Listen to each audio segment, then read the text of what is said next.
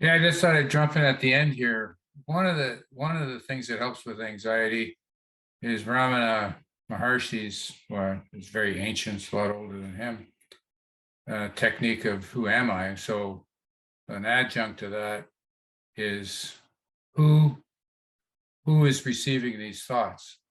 So you're sitting there and your thoughts are going, oh, you were such a jerk and you misbehaved and all this stuff or whatever, there's so many, or I'm guilty of this, I'm guilty. So you switch your mind and your mind, who's receiving these thoughts?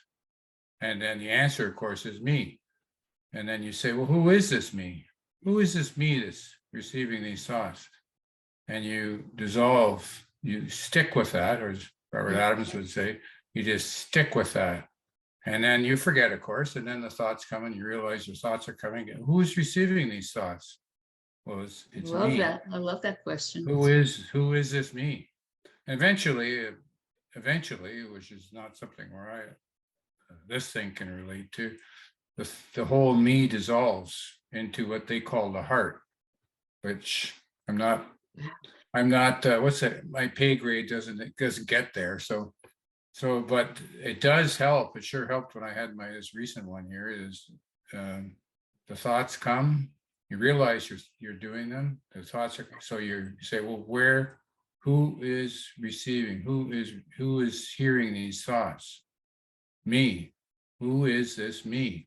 And it switches the brain off of that loop, or the mind off of that loop, that painful loop that you were just talking to with Ted. And it switches it into another track, which is much healthier and breaks that loop. But you got to keep doing it. It's a wonderful question.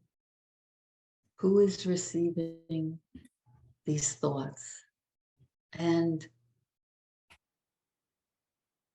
I guess depending on the clarity of the stand that's there, like the response that arose was no one. Yeah. Wonderful. And then I'm listening to you and I'm hearing that. So in other words, the clearing is the path, not the awakening. This is an example of the clearing being the path. So as you were describing, that question maybe have to ask over and over, or different things will be seen based on, the degree of clarity that's evident through a particular body. At my level of clarity, when I ask who's receiving these thoughts, and I'm prompted by Robert Adams, it's me. You're still definitely me. And then I say, who is this me? Who is me? Yes. Yeah. Can I find the me? Where exactly. Is this me? Where is this me? Yeah. Yes. It's a beautiful question. You follow it. It leads you to nothing. Right. It can break that painful thought loop, about whatever. Ted just saved us all, man. We have the question that we need every time anxiety arises, and just go with it from wherever the answer is. Just keep taking it back until the answer is you can't find nothing. There's nothing there. Yeah. You got to catch it over and over and over and over and over and over again. But that's what clearing is.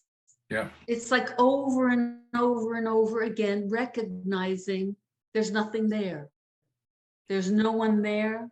There's nothing there. Over and over and over. Because this doesn't stop. So you're either being it or you're noticing it.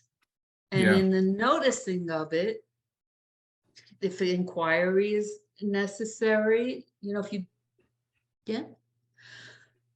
sometimes the more, I think, don't you find that inquiry arises spontaneously now, Ted? It will eventually. Yeah, it does with me now. Yes, like I said, so the more you're on the clearing path, not an awakening path, but the clearing path. Right. You don't even have to worry about what inquiry, how to do it, nothing.